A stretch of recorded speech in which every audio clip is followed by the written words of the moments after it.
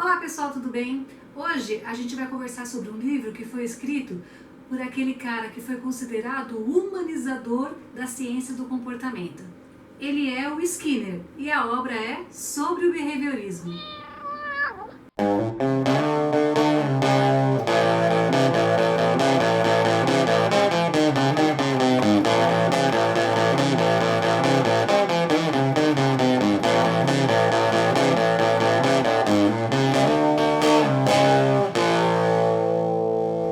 Muito bem, esse livro aqui, em primeiro lugar, ele é um livro pequeno, não é um livro extenso, né? Ele tem aqui 212 páginas e parece ser um livrinho, como eu vou dizer, despretensioso, mas não. Ele é um livro que foi escrito pelo próprio Skinner, aquele que ficou conhecido como humanizador do behaviorismo. E o Skinner foi o cara que na década de 50, na década de 60, humanizou o behaviorismo, estudando mais a fundo essa ciência, que é a ciência do comportamento, e trazendo novos olhares, e novas sugestões e novas técnicas. Essa ciência que sempre foi tão polêmica, desde lá do passado até hoje em dia. Então assim, o behaviorismo até hoje, para as pessoas que não conhecem muito bem, tem muito má fama.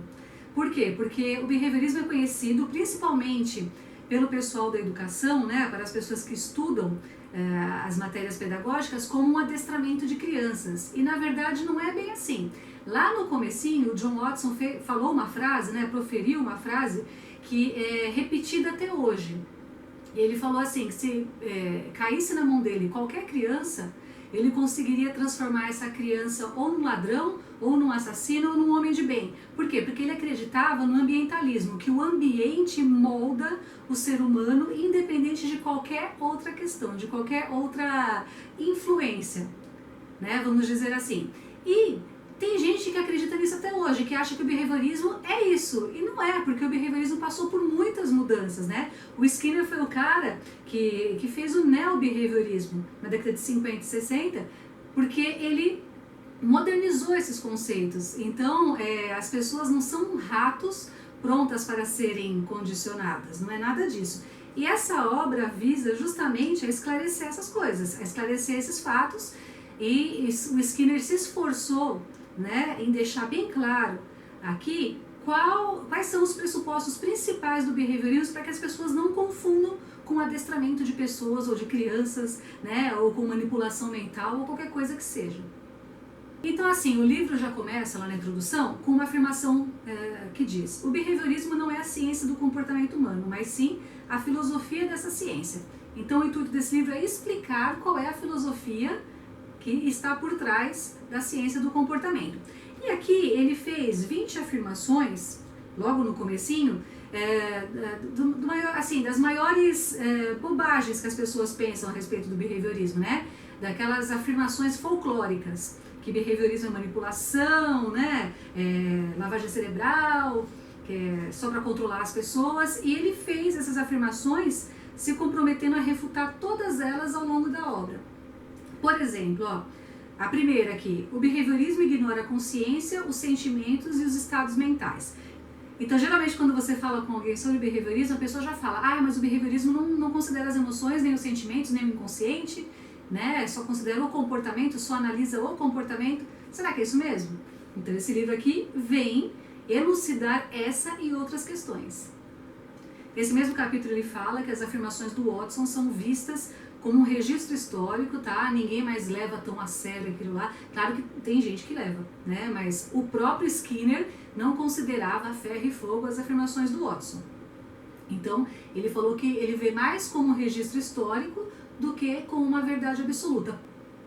Então esse livro aqui vai falar sobre tudo, vai falar sobre o mundo das sensações, sobre a consciência, sobre percepção, sobre sentimentos, emoções, sobre o autocontrole, o controle das outras pessoas, vai falar sobre muita coisa. Ele vai explicar ao longo da obra toda todos esses conceitos. E assim, ele vai fazer sempre um paralelo com a psicanálise. Ele vai sempre tentar refutar as afirmações da psicanálise. E tem um trecho aqui que ele até fala sobre a psicologia humanista do Rogers, né? Então ele vai falar sobre esse negócio do terapeuta ser super legal, do terapeuta humanista no caso, né? Ser super legal, ser super disponível e tudo mais, para o sujeito se sentir validado, se sentir querido. Ele vai discutir essas questões aqui no texto também. Esse livro aqui não tem a leitura nada fácil, tá? Então ele tem um vocabulário bem rebuscado, porque é cheio de termos técnicos. Se você nunca leu nada sobre behaviorismo, você vai se embananar com certeza. Então, o ideal é que você tenha assistido algumas aulas sobre o tema ou tenha lido alguma coisa anteriormente, porque tem muitos termos técnicos. Se você nunca ouviu falar de condicionamento operante, por exemplo, você não vai entender o negócio de reforço-punição, né? Então você tem que mais ou menos saber o que é para usar esse livro como complemento. É como se fosse uma explicação muito mais detalhada do que você aprendeu em aula ou em alguma leitura recreativa. Na faculdade de psicologia eu tive uma matéria onde a gente fazia análise do comportamento de um rato virtual. Então a proposta era você ficar olhando para o computador, tinha um programinha, né, onde o rato, a gente tentava condicionar aquele rato. Então você tinha que tentar condicionar o rato, como no experimento original do Skinner, né, a pressionar a barrinha para cair a bolota de comida.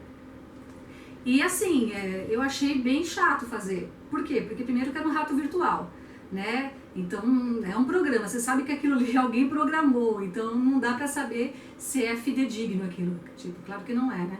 E se fosse um ratinho de verdade, talvez tivesse sido mais animado, mais divertido, mas pra mim, assim, a professora é super legal, sabe muito do assunto, mas eu acho que foi meio enfadonho ficar manhãs e manhãs inteirinhas, durante 2, 3 horas, olhando pro computador e só anotando se ele pressionou a barra ou não, sabendo que aquilo é meio de mentira.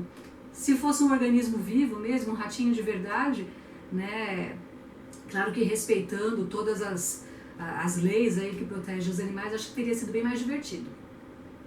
Nessa matéria aí, e também nas bases epistemológicas, eu tive um pouquinho de noção de behaviorismo, já li bastante sobre o assunto porque eu gosto, então eu consegui entender um pouquinho melhor esse livro, mas mesmo assim, muitas coisas eu tive que ler de novo, eu tive que procurar a ajuda do Google, porque tem várias coisas assim que são técnicas mesmo, né? Então você tem que procurar uma ajuda externa para te apoiar e para te ajudar a entender. Aqui no capítulo 4, que fala sobre o comportamento operante, eu me surpreendi com uma definição bem original sobre o que é amar, né? O que é o amor. Então o Skinner falou o seguinte: o enunciado "eu amo a minha mulher" parece ser um relato de sentimentos, mas envolve também uma probabilidade de ação. Estamos dispostos a fazer para uma pessoa que amamos as coisas que ela aprecia ou gosta que sejam feitas. Não estamos dispostos a fazer para uma pessoa de quem não gostamos ou a quem detestamos as coisas que ela gosta ou adora que sejam feitas. Pelo contrário, estamos dispostos a fazer coisas que a aborreçam ou que odeiam que sejam feitas. Então, em relação a uma pessoa com a qual interagimos, amar é agir de maneiras que produzam certos tipos de efeito, maneiras possivelmente acompanhadas de condições que possam ser sentidas. E tá vendo? Assim, ele não concorda com o humanismo, mas numa aula de psicologia humanista eu ouvi exatamente a mesma coisa. Se a pessoa fala que te ama e não age de acordo, é lógico que ela não ama. Quem ama age de acordo. Quando você gosta de uma pessoa, você vai fazer de tudo para agradar aquela pessoa. Se o comportamento é negativo, é agressivo, é nocivo, é claro que não há amor no meio. Então, acho que aqui o behaviorismo e o humanismo se entenderam. Gostei bastante também do capítulo 6, que fala sobre comportamento verbal, porque eu tenho muito interesse em linguística, sou formada em letras, né? Gosto bastante do assunto. Tem muita matéria ali pra gente pensar a respeito, pra refletir. Porque assim, esse livro não é um livro que você vai ler, essa foi a minha primeira leitura. Eu sei que não vai ser a única leitura que eu vou fazer dele, é um livro de estudo. Então não é aquele livro que você vai ler, não é aquele um romance que você lê uma vez e acabou, fechou, tá ali, não é. Tem muito material para você refletir em cima. E esse capítulo 6 que fala do comportamento verbal, com certeza eu vou voltar para dar uma olhada mais detalhada mesmo, mais esmerada. Lá no capítulo 10, que é o mundo interior da motivação e da emoção, daí sim que eu fiquei meio perdida, porque vai falar sobre os mecanismos de defesa de Freud. E ele vai tentar refutar, não refutar, ele acha que existem os mecanismos de defesa, mas ele vai tentar renomear os processos e ver de uma outra maneira. Não como uma expressão do inconsciente, mas como uma coisa que é orquestrada pelas contingências, né, pelos estímulos do ambiente. E daí eu já fico meio assim, porque eu adoro behaviorismo, eu acho o Skinner um gênio. Mas eu também acho Freud um gênio e eu gosto da psicanálise, então eu sempre fico em cima do muro, eu fico dividida entre lá e cá. E eu acho que os mecanismos de defesa, como foram descritos por Freud, da maneira, né, que ele enxerga, são geniais. E agora eu fiquei muito em dúvida se é um ou outro. É uma matéria para eu estudar bastante também e para refletir bastante em cima. E isso que é legal da leitura, né, gente? A gente não pode aceitar as coisas como se fosse assim, não posso falar, isso daqui é um livro sagrado, tudo que está aqui eu vou aceitar sem questionar, e porque foi o Skinner que falou, tá falado. Não é. Você tem que ler, você tem que examinar, você tem que cruzar informações, comparar autores para ver o que você acha. Você tem que pensar com a sua cabeça. Não é porque Freud disse ou porque Skinner disse que acabou, tá ali, 100%. Não é. Né? Tudo bem que eu não sou uma grande pensadora nem nada, mas eu, né, quero examinar também e tentar chegar às minhas próprias conclusões. Esse é o objetivo da leitura e da cultura, né? O capítulo 11 é muito interessante, fala sobre o eu e os outros. Então vai falar sobre como você ter autocontrole, se controlar na sua vida e como tentar controlar os outros através do condicionamento operante mesmo, né? Com as respostas que você dá, como reforços que você dá. Então vai falar muito sobre isso, se é possível você controlar uma pessoa pelo ambiente ou através da sua própria resposta a ela. Então é bem interessante também, gostei bastante desse capítulo. E lá no finalzinho tem um capítulo chamado Recapitulando, onde ele vai responder as 20 questões iniciais ali, aquelas questões que ele queria refutar. Então, levando em conta que a pessoa já leu o livro todo, já tem uma base, ele vai discutir se aquelas questões são falsas ou verdadeiras. É claro que são falsas, né? Senão ele mesmo deixou claro no começo do livro que são falsas, mas ele vai dar uma explicação um pouco mais profunda sobre isso. Esse livro aqui é muito bacana, mesmo que você não goste do behaviorismo, porque as pessoas, principalmente da área de educação, lá na faculdade de letras eu ouvia muita coisa sobre isso, que as pessoas têm a tendência a demonizar o Skinner, achar que o Skinner é um demônio e que tudo que ele fez é errado. Na faculdade de psicologia, a gente vê que é outro olhar sobre o Skinner, é totalmente diferente, né? E você conhece muito mais sobre o trabalho dele do que só na área da educação. Então, tem professoras até hoje que acham que Skinner mandou, por exemplo, você falar para o aluno, muito bem, fulaninho, porque ele acertou. Se ele errou, você fazer um risco enorme, um X vermelho na prova dele, que isso seria, né, recompensa e punição. E a coisa é muito maior do que isso, a questão é muito mais ampla, né? A gente não pode resumir numa coisa tão assim, né? Você elogiou, você está recompensando. Você criticou, ou você repreendeu, você está punindo, né? Não é isso. Tem muita coisa para ser analisada. E o pessoal da educação deveria tentar entender melhor o Skinner. Claro que não é tudo que ele falou que é perfeito. Nenhum teórico, né, nunca conseguiu acertar esse negócio de tudo é perfeito. Né? Claro que toda abordagem vai ter os seus defeitos e as suas qualidades, mas é um trabalho que vale a pena ser lido e discutido sim.